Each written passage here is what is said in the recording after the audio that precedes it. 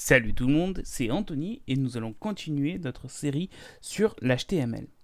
Donc, on s'était arrêté la dernière fois avec les nouvelles balises, le head, title, body, header, section, etc.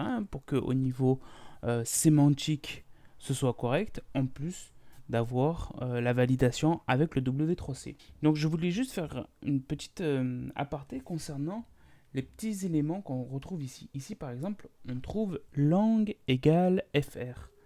Donc ici, lang, c'est un attribut et fr, c'est sa valeur. Super. Existe-t-il d'autres attributs? Alors, il en existe plein. Par exemple, il existe id égale title, par exemple. Donc ici, id égale title, regardez comment je l'ai noté. Id égale, donc tout attaché, et ici, title, directement entre les doubles cotes ici. Donc voilà comment on définit un ID. Et on a plusieurs choses aussi. On a aussi classe égale section, par exemple. Ici, classe égale section et classe égale section. Pourquoi pas? Après, bon là pour le coup ça serait moche, mais pourquoi pas? Alors déjà, quelle est la différence ici entre un ID égale title et classe égale section? La différence, c'est qu'un ID, c'est censé être unique. C'est-à-dire, je n'ai pas deux fois ici classe section et là ID égale title. Voilà. Un ID est censé être unique. Je sélectionne, grâce à son ID, cet élément-là. S'il y en a plusieurs, comme ici, hein, le header, il y a le ID title ici et le ID title ici, à ce moment-là, ça passe en classe, tout simplement. L'ID est unique, la classe ne l'est pas.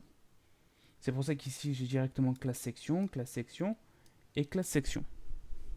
Ensuite ici, voilà, j'ai pas trop d'idées donc du coup je l'ai appelé section, mais j'aurais pu l'appeler par exemple premier paragraphe. Et ici, aussi premier paragraphe. Bon du coup c'est un peu con parce que c'est plus le premier, mais bon vous avez compris le coup. Premier paragraphe, je peux l'appeler comme je voulais. Regardez ici comment je l'ai notifié, en un seul mot. Premier paragraphe avec le P majuscule ici.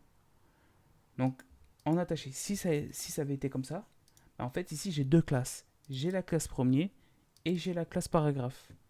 Alors que comme ça, j'ai une seule classe et elle s'appelle comment? Premier paragraphe. Voilà, c'était une petite vidéo rapide sur les attributs. Alors, il faut en savoir qu'il en existe tout un tas d'attributs.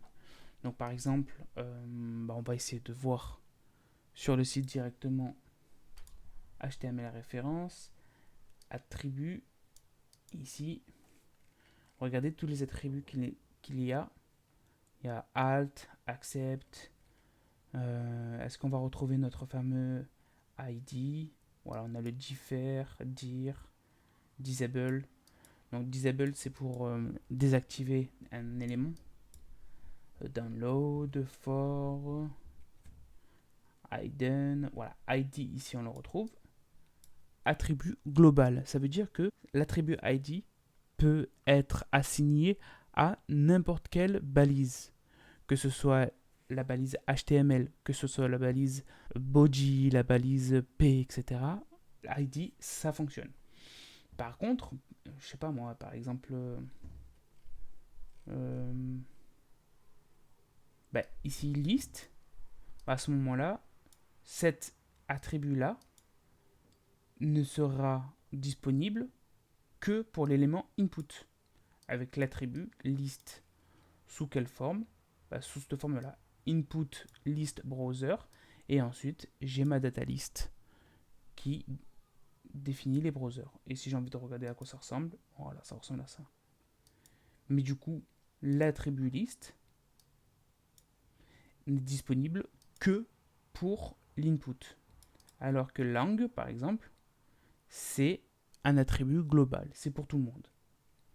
Donc toujours pareil, n'hésitez pas à regarder ce qui vous fait plaisir. Nous, on avait vu ID et on avait vu classe. Classe global attribute. Et si je regarde, il dit quoi? Définition, classe permet de spécifier un ou plusieurs éléments. Ok, bon, si c'est un élément, on a dit que c'était plutôt ID. Et à partir du moment où j'en ai deux ou plus, on peut le transformer en classe. Donc voilà, c'était une petite vidéo rapide concernant les attributs. Et à partir de maintenant, moi je vais virer tout ça. Donc là, on voit que ça n'a rien changé. Je vais prendre mon éditeur de code, je vais faire un CTRL A supprimer. Et ensemble, nous allons faire ce petit challenge là qui provient de Frontend Mentor, dont je mettrai le lien en description. Et on va pouvoir télécharger cette chose là et le faire petit à petit de bout en bout. J'ai plus qu'à vous souhaiter une excellente journée et je vous dis à la prochaine. Ciao!